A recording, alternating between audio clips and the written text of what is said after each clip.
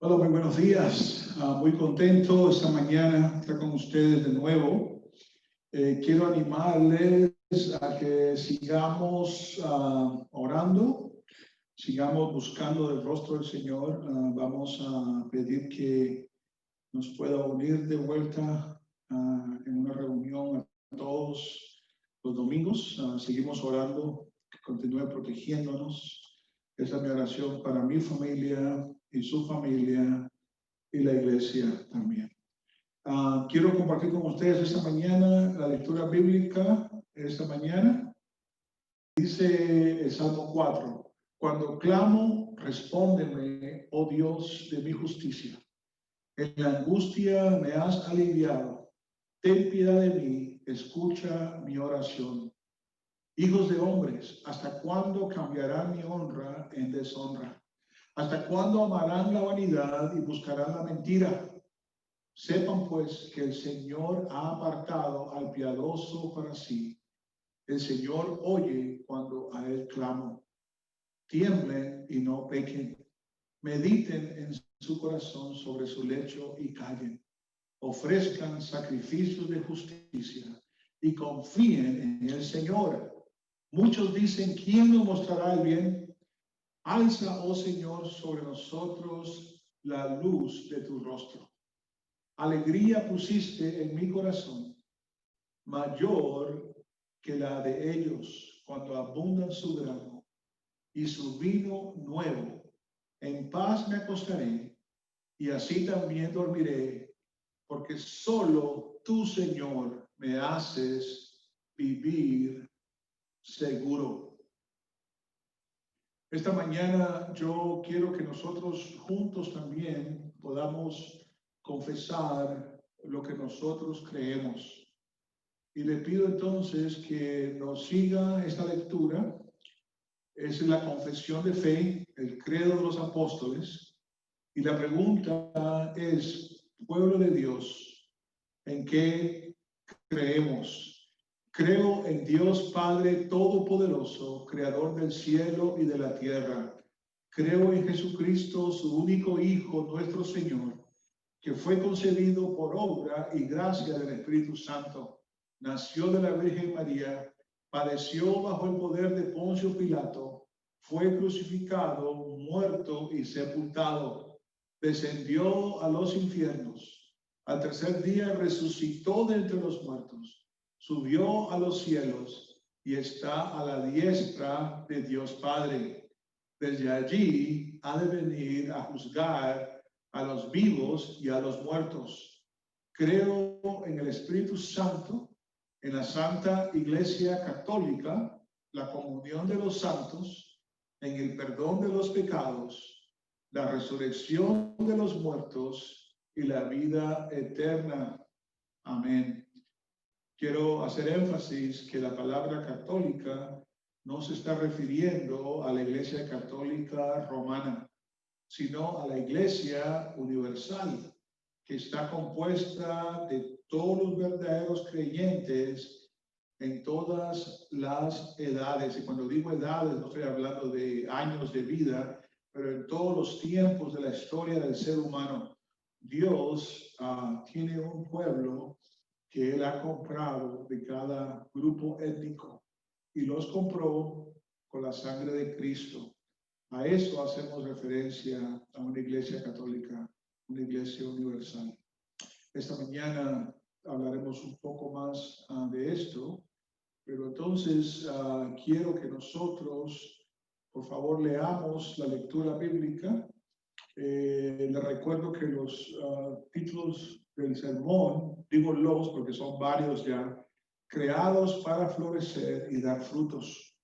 Estamos leyendo de Hechos capítulo 2 y entonces quiero que nos enfoquemos esta mañana en el verso 43 al 47 y dice: sobrevino temor a toda persona y muchos prodigios y señales se hacían por los apóstoles. Todos los que habían creído estaban juntos y tenían todas las cosas en común. Vendían todas sus propiedades y sus bienes y compartían con todos. según la necesidad de cada uno. Día tras día continuaban unánimes en el templo y partiendo el pan en los hogares. Comían juntos con alegría y sencillez de corazón, alabando a Dios y hallando favor con todo el pueblo. Y el Señor añadía cada día al número de los que iban siendo salvos. Palabra de Dios. Jonathan, te invito a que nos guíes entonces en una alabanza esta mañana. Gracias, Jonathan. Ante el trono celestial, Él intercede hoy por mí. Gran sacerdote es Jesús, quien por siempre vivirá. Y en sus manos por su amor mi nombre ya grabado está. Y mientras en su trono está, nadie de él me separará. Nadie de él me separará.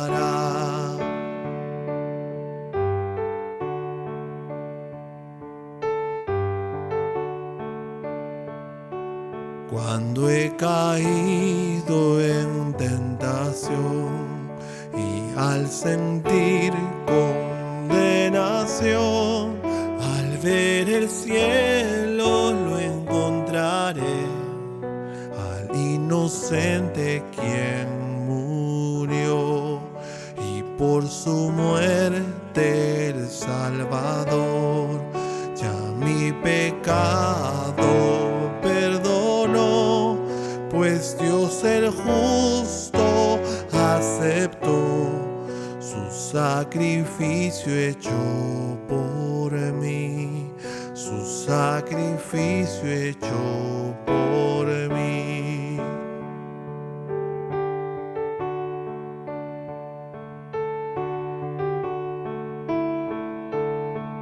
Aquí el Cordero, el Redentor, quien al morir resucitó, el inmutable gran yo soy, el Rey de gloria y majestad.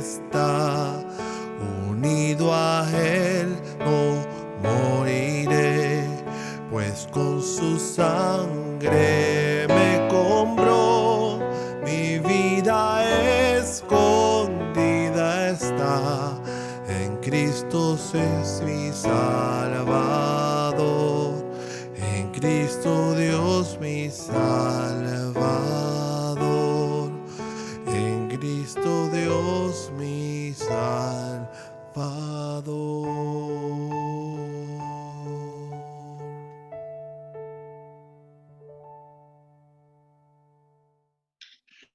Entonces, como dije, he predicado ya unos cuantos mensajes de este pasaje.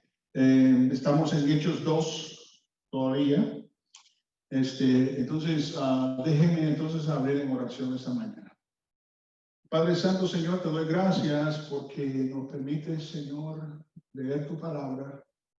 Nos permite, Señor, también poder entender tu palabra. Y esto, Señor, en sí es un milagro.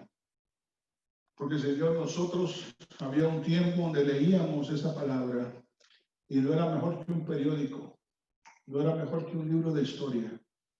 Pero ahora, Señor, es tu palabra y nosotros la comemos y vivimos de ella y por ella. Esta mañana, Señor, te pido que permitas que esta palabra tuya, Señor, entre en nuestros corazones y podamos, Señor, aplicarla a nuestras vidas. No queremos solamente ser oidores de tu palabra, queremos ser hacedores. Esta mañana, Señor, vamos a ver en tu palabra de que tú nos llamas a vivir unas vidas que te honran, a amarnos entre nosotros. Nos has unido a una iglesia, a una familia que no es perfecta, pero es una familia que tú amas, que compraste con precio de sangre. En el nombre de Jesús, Señor, te pido que de esta misma forma que estas personas escucharon este mensaje de Pedro y sus corazones fueron conmovidos, fueron tocados, fueron revivificados, Señor, fueron animados, fueron confrontados, Señor, con tu palabra. Haz lo mismo con nosotros de esta mañana. En el nombre de Jesús. Amén. Ahora, una pregunta que le hice aquí a los que están en persona, por lo menos una cosita de la semana pasada. Yo mencioné cinco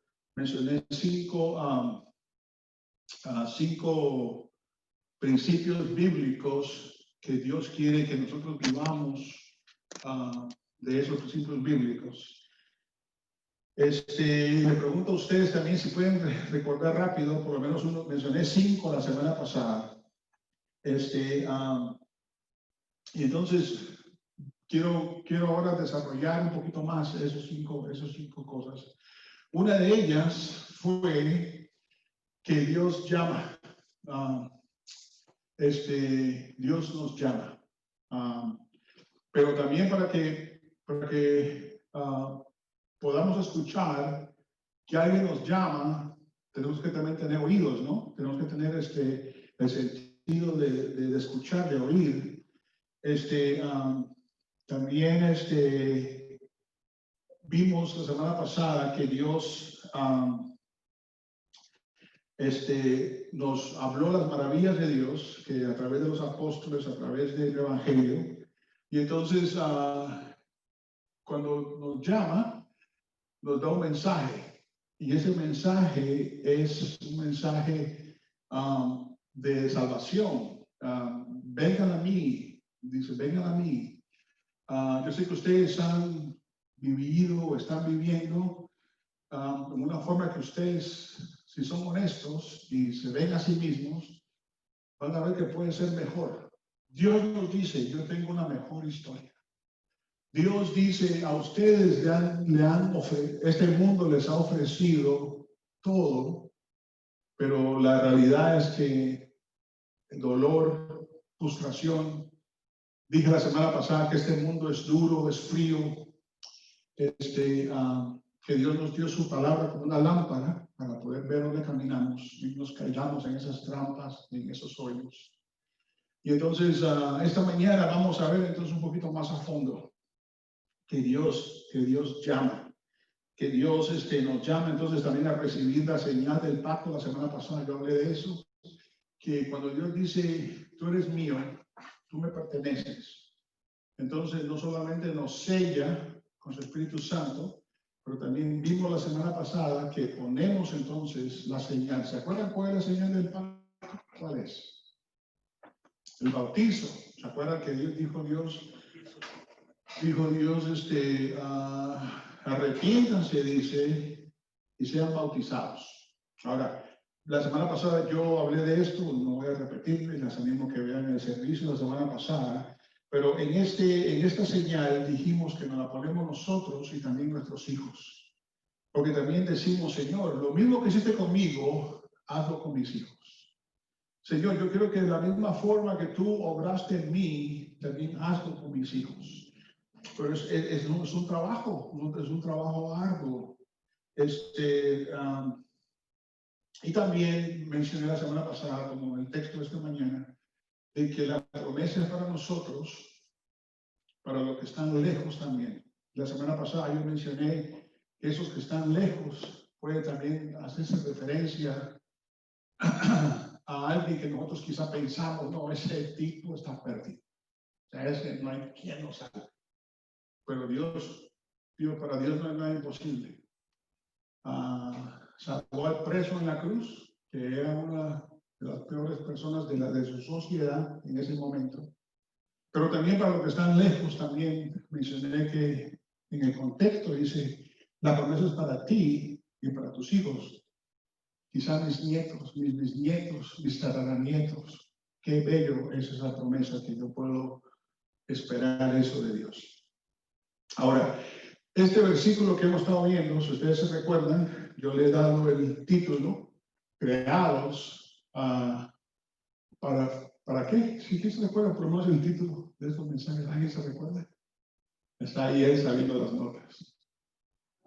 Dice, creados para florecer y dar frutos, se llama el título de esta serie de mensajes. Creados para florecer y dar frutos. Pues esta mañana les cuento que tengo un poquito de noticias tristes para contarles. Yo he estado mencionando mis plantas de papaya en mi casa.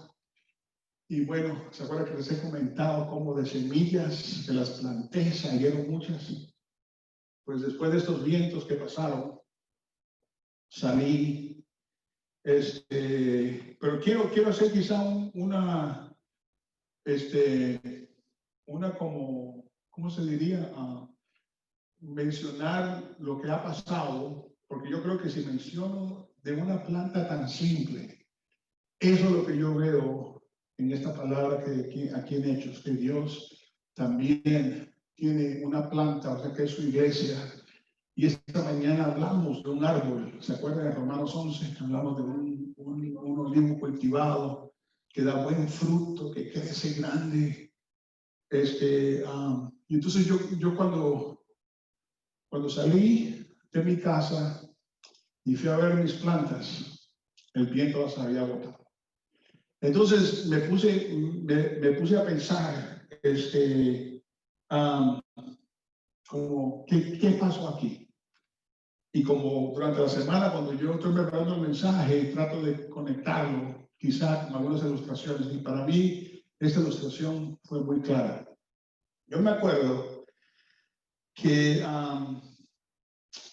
yo mencioné que estamos en un mundo muy duro. Ustedes se pueden dar cuenta que las cosas malas parece que crecen más rápido que las cosas buenas. Por ejemplo, estas plantas, como yo les echaba agua, las cuidaba. Y después de este viento y lluvia que pasó, las hierbas malas fueron las que crecieron más alto.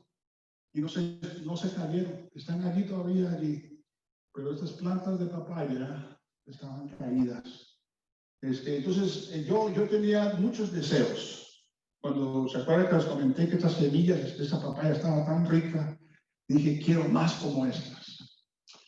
Pues cuando Dios creó a Adán y Eva, ese era el deseo de Dios. Creó un hombre, una mujer sin pecado, o sea, bellas. Y Dios dijo, yo quiero que se multipliquen, yo quiero que llenen la tierra. Y cuando yo me comí esa papaya, le dije, qué rica está. Me metí en internet, porque todas las que había plantado hasta ese momento no habían salido. Me metí en internet y averigué cómo se planta. Y las planté todas. Tenía planes para ellas. Yo les ofrecía a muchos de ustedes. La semana pasada entró aquí un hombre que trabaja en la escuela y me dijo, Pablo, en mi planta de papaya. Le dije, pues pasa a recogerla el viernes, pasa a recogerla, porque ya está grande, no cabe en un carro. Entonces tenía planes, quería que se multiplicaran, quería regalar también. Y como mencioné, estamos en un mundo duro y planté de todas que planté salieron muchas, pero solamente unas cuantas se convirtieron en plantas. Y ahora de grandes, también solamente unas dan fruto, las otras pura flor, y la flor se caía.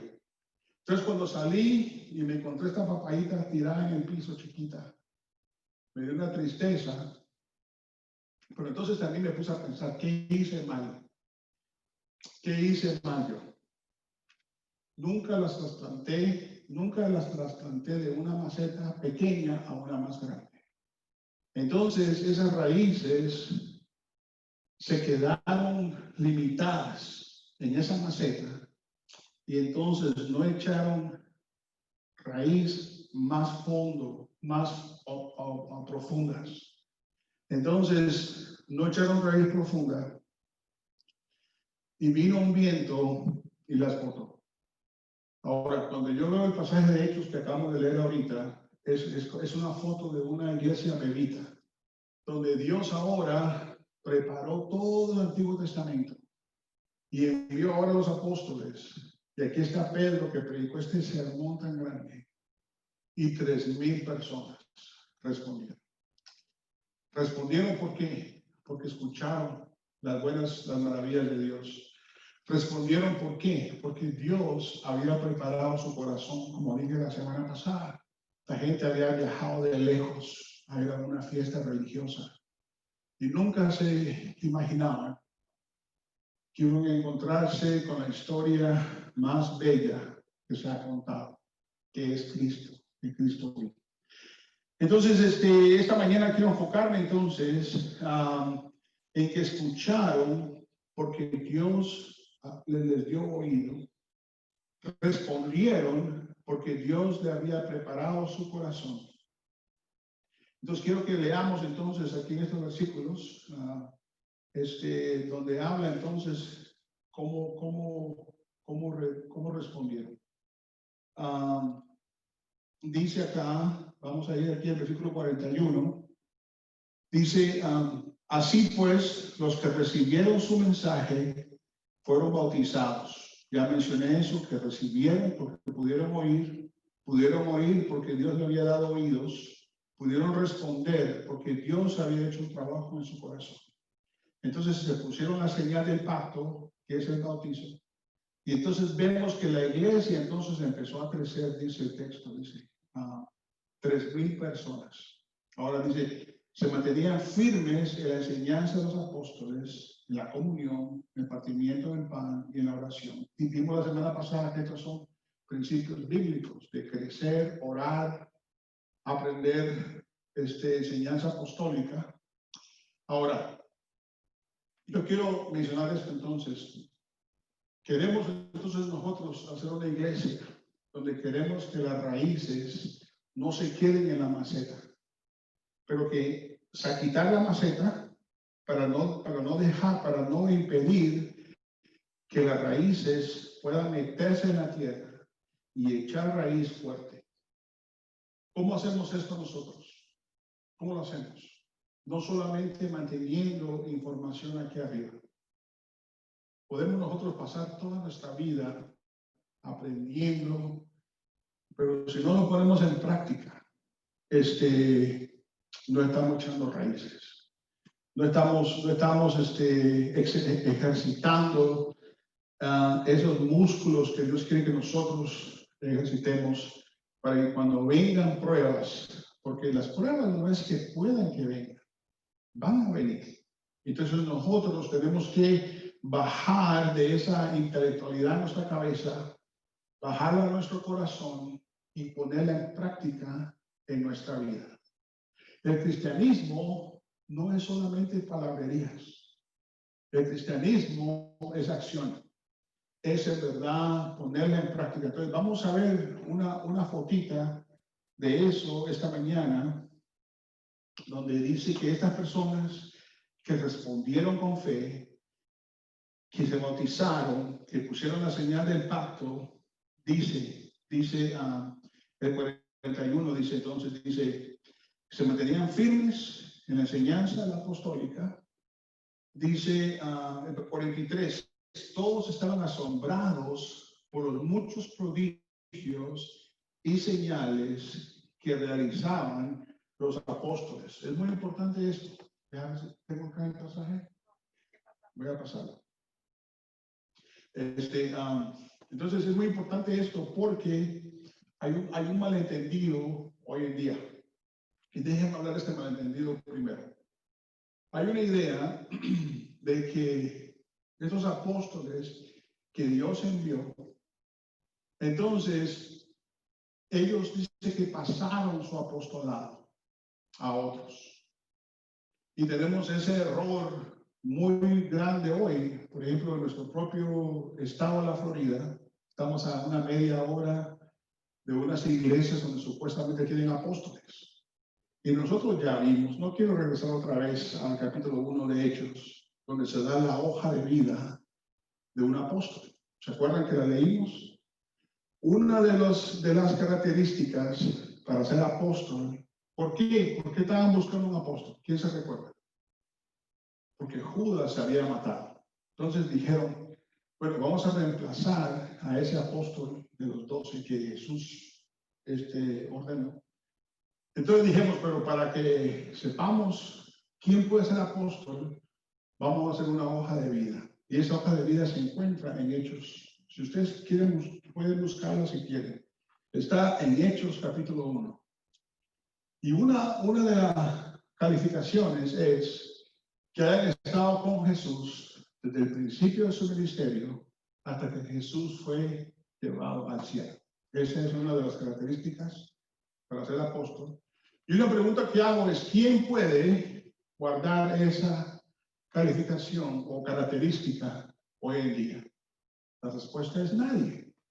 Porque estos apóstoles fueron puestos por Jesucristo con un propósito. Y ese propósito fue que estableciera entonces la iglesia.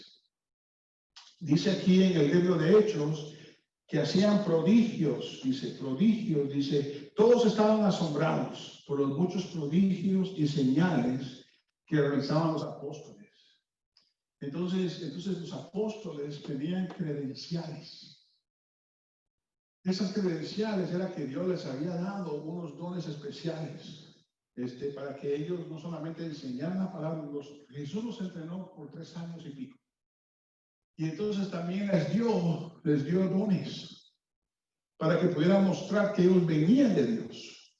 Pero déjenme decirle, hermanos, que esa sucesión apostólica no existe en el sentido de que recibimos entonces ese apostolado. Y hoy en día la Iglesia Católica Romana dice que su papa o su cabeza de la iglesia es un descendiente de los apóstoles. Y no vemos eso en la Biblia. Tampoco vemos eso históricamente. Hubo un tiempo donde habían 2 papas al mismo tiempo. Hubo un tiempo donde había una mujer como papa también. Entonces, es importante de no desviarnos nosotros de lo que la Biblia enseña. Y lo que enseña aquí es que en verdad esos apóstoles fueron asignados para un tiempo especial, donde hacía falta enseñar doctrina apostólica, o sea, que venía directamente de Jesús, de los apóstoles de Jesús. Por eso nosotros nos consideramos una iglesia con nuestras raíces en la doctrina apostólica. Enseñamos de Génesis a Apocalipsis. Y es muy importante, especialmente en estos días. Si usted ve en la internet, toda clase de mensajes que en verdad nos asustan o nos confunden. ¿Por qué? Porque nos quita nuestra mirada del autor y el consumador de nuestra fe, que es Cristo. Nos quita nuestros ojos de Cristo. Tenemos que tener cuidado. Entonces vamos a ver en los próximos mensajes, en verdad, cuál era el papel de los apóstoles dejando a las otras iglesias que ellos fundaron. ¿Cuál fue el papel que ellos hicieron en eso? Pero quizás me adelante un poquito solo para tener una idea. Cuando vemos nosotros la Biblia, vemos que estos apóstoles viajaban a todas las partes, porque Jesús les dijo, vayan a todas las naciones. Enséñale todo lo que yo les he enseñado, pero dijo, empezando, ¿en dónde? En su propia casa, en Jerusalén, Samaria, ¿ves? Y el resto del mundo. Entonces eso es lo que vemos. Los apóstoles iban, hacían exactamente lo que hizo Pedro. Se levantó, predicó las maravillas de Dios, y las personas que creían, dice, aquí en este caso 3,000 personas. Pero a veces no era el caso. Esto fue algo grande porque era el principio. Entonces, pero cuando Pablo iba y predicaba, y gente también venía a Cristo, él se quedaba ahí por 2 meses. Y entrenaba a hombres, entrenaba a estos hombres. Después de entrenarlos, ¿sabe qué hacía? Los ordenaba como pastores. Y les decía, ustedes ahora están a cargo de este grupo de ovejas. Este grupo de ovejas son personas que Dios ha puesto a su cuidado. Cuídenlos. Denles de comer espiritualmente. guíenlos. Usted dice que son pastores, dice, Dios los va a juzgar a ustedes doble. Y le dice entonces a las ovejas o a la gente de la iglesia, háganle caso a sus pastores, porque van a ser juzgados doble. Háganle su trabajo fácil, dice el apóstol a la iglesia. Entonces, la idea de sucesión apostólica, en cierto caso, es que dejó pastores entrenados, ordenados, y vamos a ver esto la semana que viene, como Pablo, uno de los apóstoles, dio una lista también, quiénes deben ser pastores y cuáles son sus calificaciones para poder ser pastor. Entonces, pero quiero que entendamos entonces esa idea de que Dios dejó pastores para cuidar las ovejas. Y entonces esos pastores que se quedaron localmente, ¿saben qué hacían? Seguían el mismo ejemplo de los apóstoles. Enviaban misioneros a otros lugares y estas iglesias locales entonces entrenaban a estos hombres y entonces estas iglesias locales ordenaban a estos pastores nuevos. No iban a buscar al apóstol y decir, bueno, venga usted entonces y ordéneme a estos pastores. Es un llamado entonces a ser discípulos. Es un llamado entonces a plantar iglesias. En esa forma bíblica es que se pasa esta idea de sucesión apostólica. No es que sean apostolitos, no es que estamos creando apostolitos, estamos creando pastores. Y déjenme decirle que no es tampoco para que uno se gloríe ni nada, pero nuestra denominación lo toma muy en serio. Enviamos a nuestros pastores a seminario, tienen que pasar exámenes, después tienen que venir ante todos los pastores de la región y cualquier pastor puede hacerle cualquier pregunta de la Biblia, de la historia de la Biblia, y tienen que pasar para poder ser ordenados.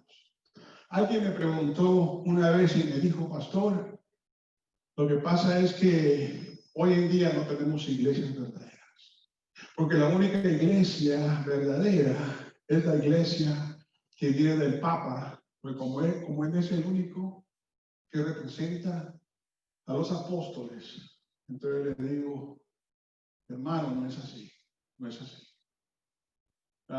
Y vamos a ver esto cada semana, vamos a desglosarlo más. Pero tiene razón en cierta forma. Esta semana me contó un amigo mío que vino un señor que se autoordenó. Abrió su iglesia como que fuera a abrir un restaurante. Digo, iba a decir McDonald's, pero por lo menos McDonald's no puede abrir uno. Tienes que ir a la corporación y tienen que venderte el nombre y todo. Por lo menos hay orden, fíjense ustedes, si para abrir un McDonald's es algo bien común, hace falta ir a la corporación, comprar los derechos, comprar los productos de ellos, cuanto más para la iglesia de Jesucristo. Pero sí hay personas que van y abren sus propias iglesias. ¿Y saben por qué las abren? Porque no quieren ir a trabajar de mecánico, no quieren ir a trabajar, aunque ser mecánico no es malo, estoy dando un ejemplo, pero quieren como que es un trabajo. Y déjenme contarle algo como testimonio. Es como testimonio nada más, porque la gloria es para Dios. Esta pandemia que ha pasado son oportunidades para que busquemos de Dios, nos examinemos también. Yo dije al principio de esta serie de mensajes hace meses que alguna gente no va a regresar a la iglesia, porque había personas que estaban por la religiosidad. Creían que le hacían un favor a Dios venir a la iglesia. Ya cumplieron con su parte. Ahora sí, el resto de la semana, como ellos quieren. No le hacemos favor a Dios. Entonces, me metí a un curso para poder entender un poquito mejor la cultura de Egipto, la cultura arábica. Entonces me metí a un curso porque tuvimos en nuestra clase de inglés en un tiempo como 15 personas que hablaban árabe. Entonces me metí a este curso para poder saber más la cultura y lo que creen y todo. Y entonces durante este curso me pude dar cuenta las preguntas que la gente hacía. Algunos son misioneros, algunos son pastores. Y las preguntas que hacían, yo decía, pero yo no creo que conocen la palabra bastante. Entonces me atreví a sugerir al grupo, si ustedes quisieran, podemos estudiar juntos un curso de apologética. Apologética significa defender mi fe, que se llama Evidencias Bíblicas. Podemos hacerlo juntos. Yo me ofrezco a poder liderar el estudio. Yo me imaginé quizás unas 7, 10 personas, 42 personas se apuntaron. Y este lunes que viene va a ser nuestra última clase en el curso. ¿Por qué menciono esto? Porque hay muchas personas que tienen el deseo de enseñar la palabra, pero también quieren prepararse. Hoy en día muchas veces le damos una Biblia a alguien y le decimos, vaya y predique. Y déjenme decirle que es como darle un cuchillo a un carnicero y decirle, vaya y haga una operación de corazón abierto. No es lo mismo. No es lo mismo. Entonces, cuando menciono todo esto, porque nosotros tomamos muy en serio la preparación de pastores, la preparación de líderes que van a enseñar la palabra de Dios, porque estamos hablando de salvación eterna. Entonces, cuando yo menciono sucesión apostólica, estoy diciendo tradición apostólica en que seguimos el ejemplo apostólico, que aprendemos la doctrina apostólica, se la pasamos a pastores que predicamos doctrina apostólica. Plantamos iglesias que enseñan doctrina apostólica. ¿Cuál es la doctrina apostólica? Lo mencioné ya, la palabra de Dios, enseñar correctamente. Y voy a repetir esto rápidamente, porque lo he dicho muchas veces y no veo que toman notas, pero voy a decirlo otra vez. Hay reglas básicas de interpretar la palabra de Dios. Primera es que la Biblia se interprete ella misma. ¿Ok? Estamos aprendiendo esto en el libro de Romanos. Cada pasaje tiene su contexto. Y tenemos que usar las reglas de gramática para leer cuando Dios está leyendo en poesía, cuando Dios nos está leyendo en ilustraciones. Tenemos que seguir las reglas de gramática. Por ejemplo, esta mañana, cuando estudiamos el libro de Romanos, el apóstol Pablo usó una ilustración, una analogía, hablando de dos árboles, el árbol olivo silvestre y el árbol cultivado. Entonces tenemos que usar la regla de gramática que está hablando de una ilustración que tiene implicaciones espirituales. Entonces, lo que pasa entonces es que mandamos a la persona con una Biblia, pero esa persona ya tiene ideas de él mismo. Tiene ideas que no están respaldadas por la Biblia. Pero entonces él lo que busca es pasajes fuera de contexto. No deja que la Biblia se interprete ella misma. Y entonces nos quiere dar a nosotros lo que él cree. Y yo quiero que recordemos lo que hizo Pedro. Pedro, cuando se levantó aquí en el capítulo 2, hizo ese tremendo sermón. No trajo sus ideas. ¿Qué fue lo que hizo él? Habló del Antiguo Testamento. Habló de lo que la palabra de Dios está enseñando, bajo su contexto. Eso fue lo que él hizo. Y eso es lo que los apóstoles nos enseñaron a nosotros. Dejar que la Biblia misma se interprete. Cada pasaje tiene su contexto. Y usar las reglas de gramática que Dios nos ha dado en su misericordia. Entonces, cuando yo voy a decir en estos mensajes que siguen, voy a mencionar tradición apostólica. No estoy hablando de la Iglesia Católica Romana, que enseña que el Papa es el apóstol de hoy, que Él es la cabeza de la Iglesia. No, Jesucristo es la cabeza de la Iglesia. Que hay apóstoles hoy que no son apóstoles. ¿Por qué no son apóstoles? Porque no cumplen la hoja de vida de Hechos. Así que menciono todo esto porque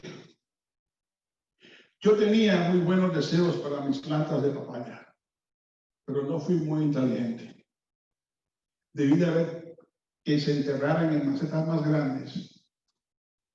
Pero Dios sí es muy inteligente. Dios quiere que nosotros no solamente tengamos conocimiento intelectual, pero que también que los pongamos a prueba. Veamos el próximo versículo que nos dice, todos estaban asombrados por los muchos prodigios y señales que realizaban los apóstoles. Todos los creyentes estaban juntos y tenían todo en común. O sea que estas personas que dijeron, Señor, yo me arrepiento de mis pecados. Acuérdense que no solamente era gente local, había gente que había viajado desde afuera y se iban a regresar ahora a sus países. Iban a llevar con ellos este mensaje del Evangelio, que es increíble cómo Dios hace las cosas, la verdad, increíble. Entonces, pero la gente que estaba ahí localmente, quizá algunos hasta decidieron quedarse, espero, pero no, el texto no nos lo dice, pero dice, todos los creyentes estaban juntos y tenían todo en común. Vendían sus propiedades y posesiones y compartían sus bienes entre sí según la necesidad de cada uno de ellos. Una persona me dijo una vez, ¿ves Pablo, que la Biblia enseña el comunismo? Y le digo yo, ¿cómo? Y me mostró este versículo.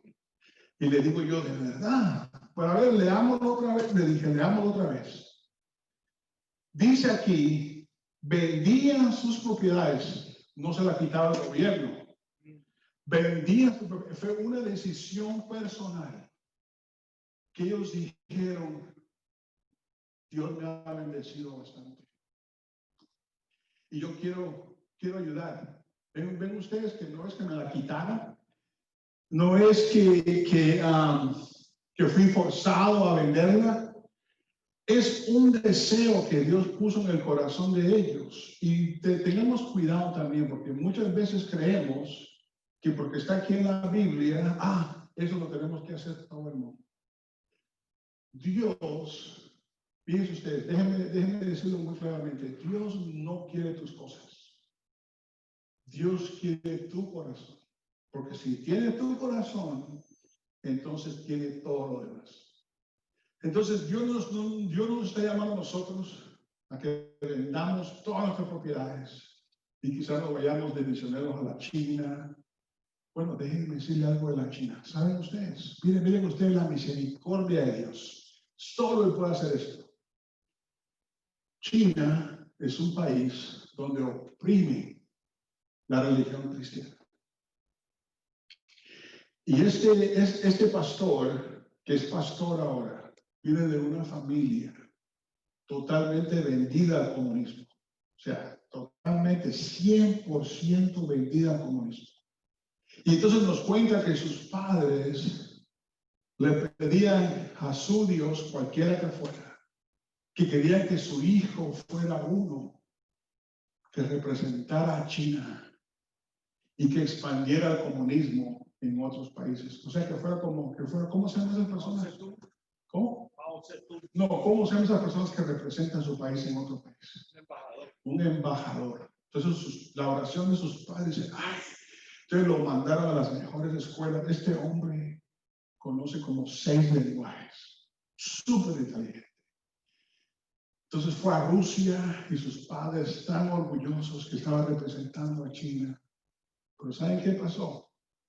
Dios cambió el corazón de este hombre y lo llamó al ministerio de pastor. ¿Y saben dónde está este hombre? Esta semana pasada en nuestro presbiterio lo recibimos como pastor en nuestra denominación en Miami y va a predicarle al pueblo chino, un pueblo chino muy grande en Miami. Y entonces él dijo esto: mis padres no sabían, estaban pidiéndole a Dios que fuera yo, ¿cuál dijiste el nombre que es? Que fuera embajador, pero soy un embajador de Cristo. Así dijo, oye, se me pararon todos los pelos. Que Dios pueda usar a este hombre, y oremos por él. Su nombre es Larry, nombre americano, Larry, pero tiene un nombre chino que no puedo repetir, bien difícil. Mi nombre, mi idea aquí, o mi punto es que un país perseguido, un país donde la iglesia tiene que esconderse, nos mandó un misionero a nosotros aquí en el sur de la Florida. ¿Saben por qué? Porque Dios también ama a la China. Dios ama a nuestros países también. Y está enviando entonces pastores, los está preparando para que enseñen enseñanza apostólica. Así que cuando ustedes me escuchen decir tradición apostólica, no estoy hablando del Papa. Porque esa idea trae errores horribles. Esta iglesia católica romana enseña que Dios sigue hablando a través del Papa. ¿Y sabe qué hace entonces? Crean tradiciones humanas y las elevan al mismo nivel que la palabra de Dios. Y déjeme decirle, hermano, que es un error muy grande. Porque Dios ya habló y está aquí. De Génesis a Apocalipsis. Ya dio el mensaje de salvación a través de Cristo. Entonces, con esos errores tan horribles de que representa a los apóstoles, como dicen, entonces ellos dicen, fíjense ustedes, que, bien, fíjense lo que dice. Dicen ellos que el Papa, con su grupo de personas, al elevar estas enseñanzas o tradiciones humanas al mismo nivel, fíjense lo que estoy diciendo, levantan tradiciones humanas al mismo nivel de la palabra de Dios. Entonces están diciendo entonces que la iglesia es la que hace la palabra de Dios. ¿Están escuchando?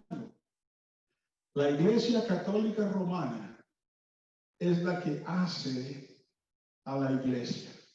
Y entonces dicen que si tú no perteneces a la iglesia católica romana, entonces no eres un verdadero creyente.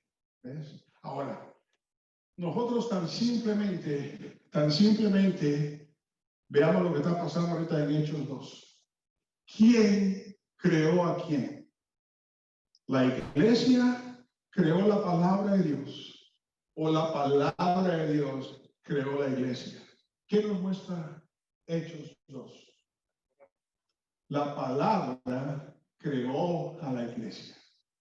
La predicación del evangelio es que a través de la prédica del evangelio Dios ha dado oídos, ha preparado corazones y el Espíritu Santo entonces causa que nazcamos de nuevo. Y de acuerdo al texto, sigamos leyéndolo, dice, todos los creyentes estaban juntos y tenían todo en común, vendían sus propiedades, dice, y posesiones, y compartían sus bienes entre sí, según la necesidad de cada uno.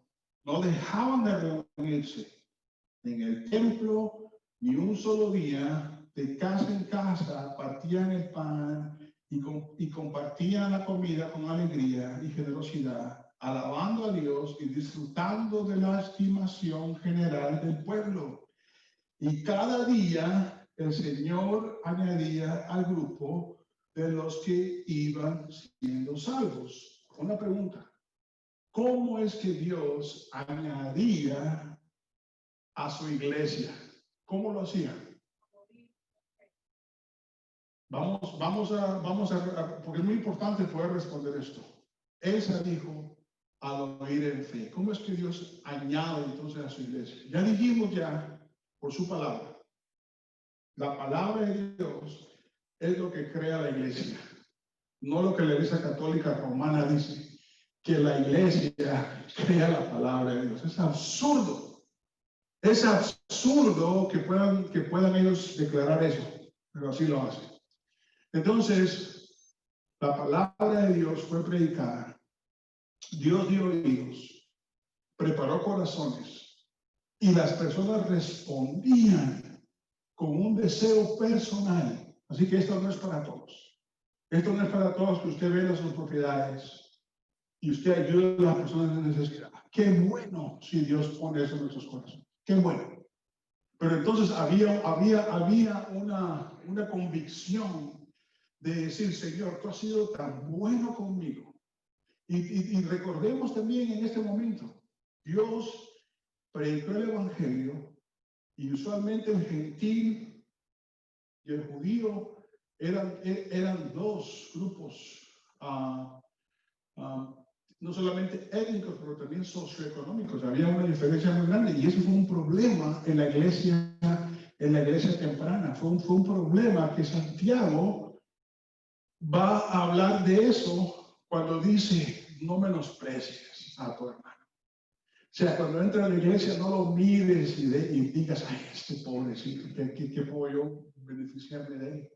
Pero dice que ponen a la gente bien vestida en lugares de importancia.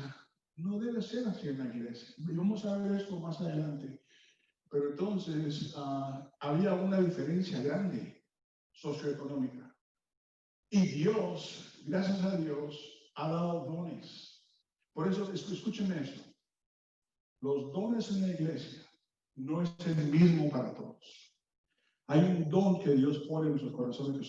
¿Por qué? Porque Dios quiere que usemos nuestros dones para usarlos en la iglesia. Y uno de los dones, vamos a ver más adelante, es ser generoso. Todos debemos ser generosos. Eso es como cristiano. Pero en algunos, como en este caso, que tenían medios, ponían su corazón de compartir. Y qué bueno es. Me encanta que la iglesia no sea solamente palabras, pero también sea acción. Que también participe en obras de misericordia. Pero ¿qué es lo que debe motivar esos deseos? No es el decir, si yo hago esto, pues Dios me va a ver mejor y quizá me deje entrar al cielo más fácil porque estoy siendo buena persona. No. Si ustedes se dan cuenta, las obras que hacían era porque ya eran salvos en Cristo. Entonces vemos el resultado, que estaban agradecidos, que estaban dándose a la enseñanza apostólica. Dice el texto que no faltaban. Y hermanos, cuando nosotros llamamos aquí a estudios bíblicos, a servicios, ahora, estamos en un tiempo de pandemia ahorita, yo lo entiendo. Pero tenemos que escuchar a Dios. No dejar solamente conocimientos en esa maceta, como dije anteriormente, y no ponerlos en práctica. Porque déjenme decir, hermanos, que cuando vienen los momentos difíciles, ¿qué es lo que hacemos nosotros? Señor, ten compasión de mí. Déjenme decirle que lo podemos decir así. Señor, ten compasión de mí. Señor, tú has visto en mi vida que yo he tenido compasión de otros. Y no lo hacemos para decir, Señor, tú me debes. No, estamos hablando, con Dios podemos hablar en confianza. Una vez, una de mis hijas se estaba quejando, hace unos años estábamos haciendo unas canastas, creo que fue para Acción de Gracias, no me acuerdo. Pero entonces yo le dije, yo quiero que si un día a ti te falta algo, que la iglesia misma haga lo que nosotros estamos haciendo por estas familias hoy. Y podemos decírselo a Dios, Señor, ayuda a mis hijos. O ayúdame a mí de la forma que yo también te he servido. Pero otra vez con un corazón sabiendo que Dios no nos debe nada. Pero podemos decírselo a Dios con toda confianza. Con toda confianza. Entonces estas personas fueron tocadas entonces en su corazón. No todos cristianos tenemos que ser pobres y dar dar todas nuestras posesiones. Eso es un extremo. Pero si Dios te está tocando, si Dios te está llamando, es Dios que está lidiando contigo. Y entonces dice que compartían con alegría y generosidad. Fíjense, hermanos, que alegría y generosidad son, en verdad, es parte del fruto del Espíritu Santo que Dios pone en nosotros. Generosidad solamente puede desarrollarse cuando usted ha recibido generosidad. Y Dios ha sido generoso con nosotros. Si Él nos hubiera pagado como nosotros merecemos, estuviéramos en el infierno ahorita, hirviendo en nuestro propio, como dice Celia Cruz. ¿Cómo dice Celia Cruz? Azúcar. No dice azúcar, que hierva en su jugo. Dice, ¿sabes la canción que canta ella? Que lo metan en la olla, que le den candela. Esa sí la sabes, ¿no? Que le den candela. Eso es lo que mereciéramos nosotros. Pero como Dios ha sido generoso con nosotros, ¿saben qué? Nosotros también vamos a ser generosos. Y vamos a estar alegres también. No una alegría hipócrita. A veces yo escucho, no, pero es que no llores porque tú estás con Cristo y entonces no tienes que mostrar. No, claro que lloro. Dios me dio emociones. Y voy a llorar porque me duele, pero me voy a levantar en Cristo. Entonces alegría también. Y en este momento podemos estar alegres, aún en el medio de esta pandemia, porque esto no es todo. Y ese fue el mensaje que Pedro le dijo a este grupo de personas. Cristo resucitó. Ese Mesías resucitó a los muertos. Y también nosotros vamos a resucitar en Cristo. Entonces, la vida cristiana no es solamente enseñanza intelectual, no es solamente guiarnos por sentimientos, pero es entender en su totalidad que Dios ha sido generoso con nosotros, que nosotros podemos experimentar alegría aún en momentos difíciles, oscuros. ¿Por qué? Porque Dios me tiene en sus manos. Dice la palabra de Dios que no viene nada que sorprenda a Dios. Como mencioné yo, tenemos que buscar nosotros formas de ser usados por Dios, aún en el medio de esta locura. Entonces, dice el texto también, dice, disfrutando de la estimación general del pueblo. Esto es muy importante. Ok, entonces, fíjense ustedes, dicen que este grupo de personas que habían venido a Cristo, que habían escuchado el Evangelio de Pedro, las buenas nuevas del apóstol Pedro, que se habían arrepentido, que se habían puesto la señal del pacto, que ahora habían dicho, ay, hay promesa para mis hijos también. Voy a amar entonces a mi hermano, a mi hermana en Cristo. Si yo puedo, y Dios me ha dado medios, voy a poder ayudarlos. Porque Dios ha sido misericordioso conmigo. Y me ha cambiado mi dolor en baile, mi llanto en baile. Pero entonces, no solamente para la gente de la iglesia. ¿Qué dice el texto? El pueblo en general. Entonces, yo no voy a ver mi vida los domingos nada más para que vean qué santo soy, o cómo diezmo, o cómo ofrendo, o cómo ayudo al pobre. Voy a hacerlo también en mi vida privada, en mi trabajo, con mis amigos, en mi vecindario, con mi familia también, en mi casa. Ven ustedes, hermanos, la vida cristiana no es solamente una teoría, es ponerlo en práctica. Y le voy a decir una cosa. Aquí estamos hablando de quizá el siglo I, cuando Hechos fue escrito, quizá el año 60, por ahí 50. En el año 300 hubo un edicto del gobierno romano donde dijeron entre ellos, porque están las cartas que se hablaban entre ellos, estamos matando a nuestra propia gente. Son gente decente, son gente que quiere lo mejor de nuestro pueblo. ¿Pero por qué lo estaban matando? Porque no querían sacrificar a César. Estaban persiguiendo a la iglesia cristiana. Fíjense ustedes cómo es el diablo. Los romanos dejaban que cualquiera adorara a sus dioses. Y como ellos son idólatras, no les importaba sacrificar también a César como Dios. Pero el cristiano decía, no, yo tengo un Dios. Fue el que me salvó. Fue quien mandó a su hijo a morir por mí. Él es mi Dios. Y no voy a rodearme a ningún otro ídolo. ¿Y saben qué les costaba? Les costaba su vida. Y entonces los propios romanos se dieron cuenta, porque ¿saben qué estaba pasando? ¿Saben qué estaba pasando? Miren lo que dice el versículo.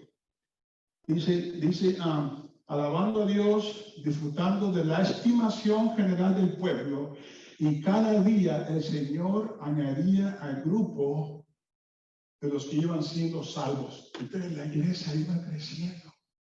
Y entonces, mientras más los perseguían, decían, no, Cristo es mi Señor. Y no voy a sacrificar a César como mi Dios. Y los mataron. Y se dieron cuenta que estaban matando gente buena. O sea, gente, decían entre ellos, oye, pero ellos son gente buena. Se quieren, o sea, estaban viendo el amor entre ellos. ¿Por qué lo estamos matando? Entonces llegó un momento donde dijeron, no. Estamos matando a nuestro pueblo. Y entonces sacaron un decreto. Miren ustedes, se llama el decreto de Milán, donde pararon la persecución. ¿Cuál es mi punto? Que en ese momento en adelante el cristianismo se convirtió en la religión del imperio y fue ganado sin una flecha, fue ganado sin una revuelta política. Hermanos, y estamos viviendo nosotros hoy en día eso. Por alguna razón creemos que un hombre o el otro va a ser nuestra respuesta. Y es Cristo que es nuestra respuesta. ¿Cuál es el papel nuestro? Es vivir vidas que reflejen la obra que Dios ha hecho en mi vida. Voy a dedicarme a Dios sirviéndole en donde Él me ha puesto. Dando ejemplo a mí, que empieza por los hijos. Fíjense ustedes, dice, la promesa es para ti y para tus hijos. Y entonces orar también, la semana que viene vamos a entrar al capítulo 12 y 13 de Romanos, en el estudio bíblico. Esto es un infocomercial, un comercial. 9:30, estudio bíblico, estamos viendo el libro de Romanos. Vamos a hablar del gobierno, el capítulo 13 de Romanos. Entonces nos llama que oremos por ellos. Oremos para que Dios les dé sabiduría. Dios les pueda dar, guiar las decisiones que van a hacer. Yo les voy a animar a algo. No se dejen guiar por cualquier mensaje que están ahorita sacando. Guíense por la palabra de Dios. Dios dice que pone y quita reyes, Salmo 2. No importa quién se ponga, Dios se ríe de ellos, dice el Salmo 2. ¿Cuál es su propósito? Que seamos salvos en Cristo. Que le pongamos la señal a nuestros hijos. Que vivamos amándonos, ayudándonos, sirviéndonos, no solamente en nuestra casa, pero también en el pueblo. Una de las calificaciones de un pastor es tener buena reputación en la iglesia y también afuera de la iglesia. Y esa es una calificación también para un cristiano. No somos cristianos de domingos. Dios está con nosotros todos los días de nuestra vida. Y Dios está añadiendo a nuestra iglesia. Cierro con esto. Quizá usted tiene mucho conocimiento bíblico. Que no se quede en la maceta, como mi planta de papaya. Échela en la tierra, póngala en práctica. Y vamos a ver ejemplos buenos y malos al poner nuestra fe en práctica. Así que no quiero que se pierda esta serie, pero esta mañana es Dios ha establecido su iglesia. Dios nos ha dado tradición apostólica. Voy a poner a prueba ahorita. ¿Qué quiero decir cuando digo tradición apostólica? ¿Estoy hablando del Papa? ¿De la Iglesia Católica Romana? ¿Qué estoy diciendo? De la Iglesia Mundial, que Dios nos ha llamado a preparar pastores y que la propia iglesia local tiene la autoridad de ordenar otros pastores que sean aprobados por la palabra de Dios. No nos hace falta un papa. Ahora, ¿es nuestra iglesia local perfecta? Yo creo que no hay iglesia perfecta. Pero nuestro trabajo es estar tan apegados a la palabra de Dios, que es nuestra única regla para nuestra vida privada y pública.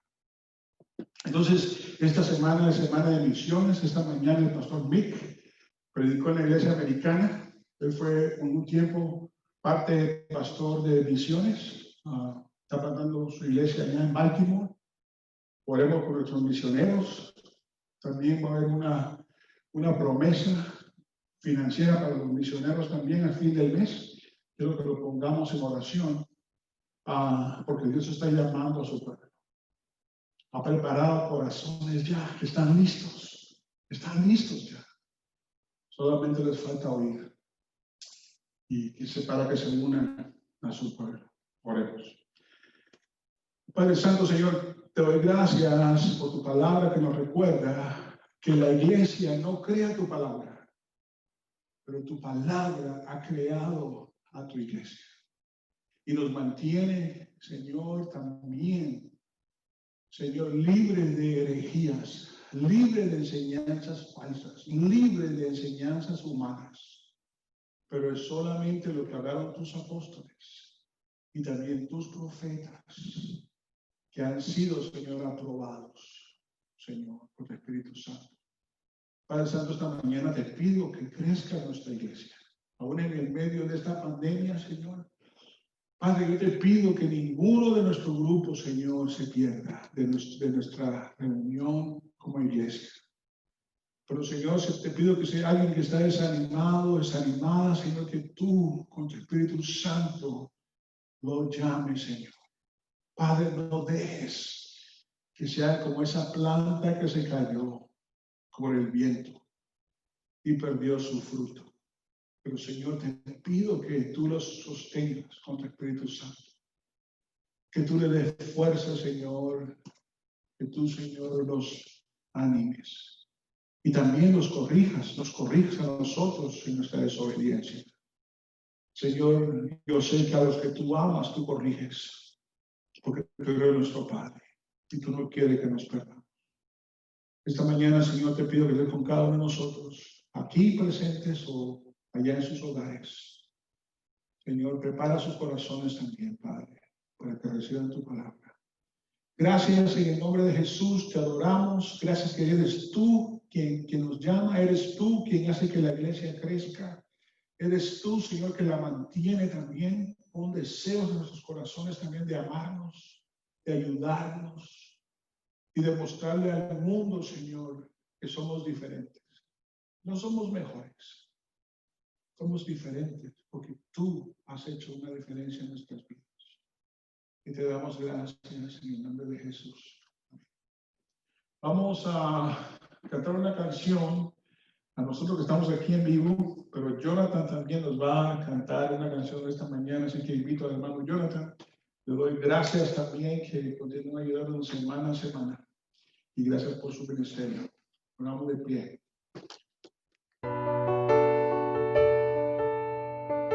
Esta canción ha sido de gran bendición en mi vida, este salmo.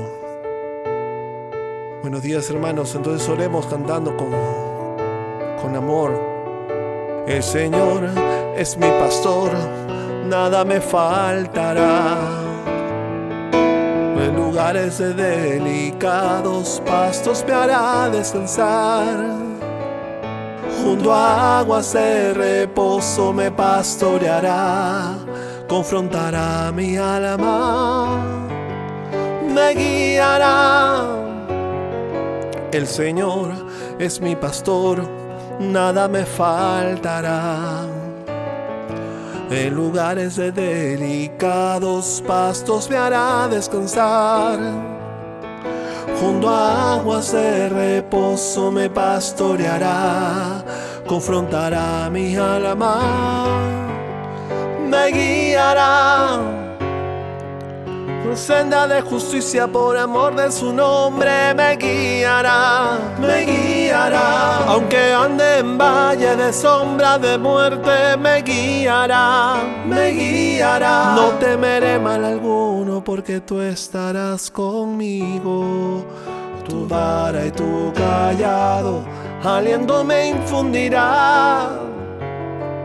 Por senda de justicia, por amor de su nombre, me guiará, me guiará. Aunque ande en valles de sombra de muerte, me guiará, me guiará. No temeré mal alguno, porque tú estarás conmigo. Tu vara y tu callado aliento me infundirá. El Señor es mi pastor, nada me faltará.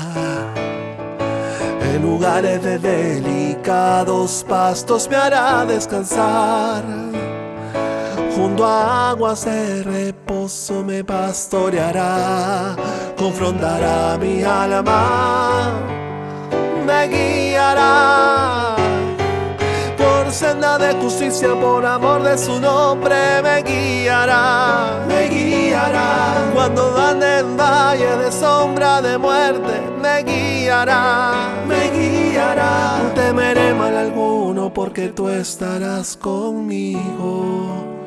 Tu vara y tu callado aliento me infundirá. El Señor es mi pastor,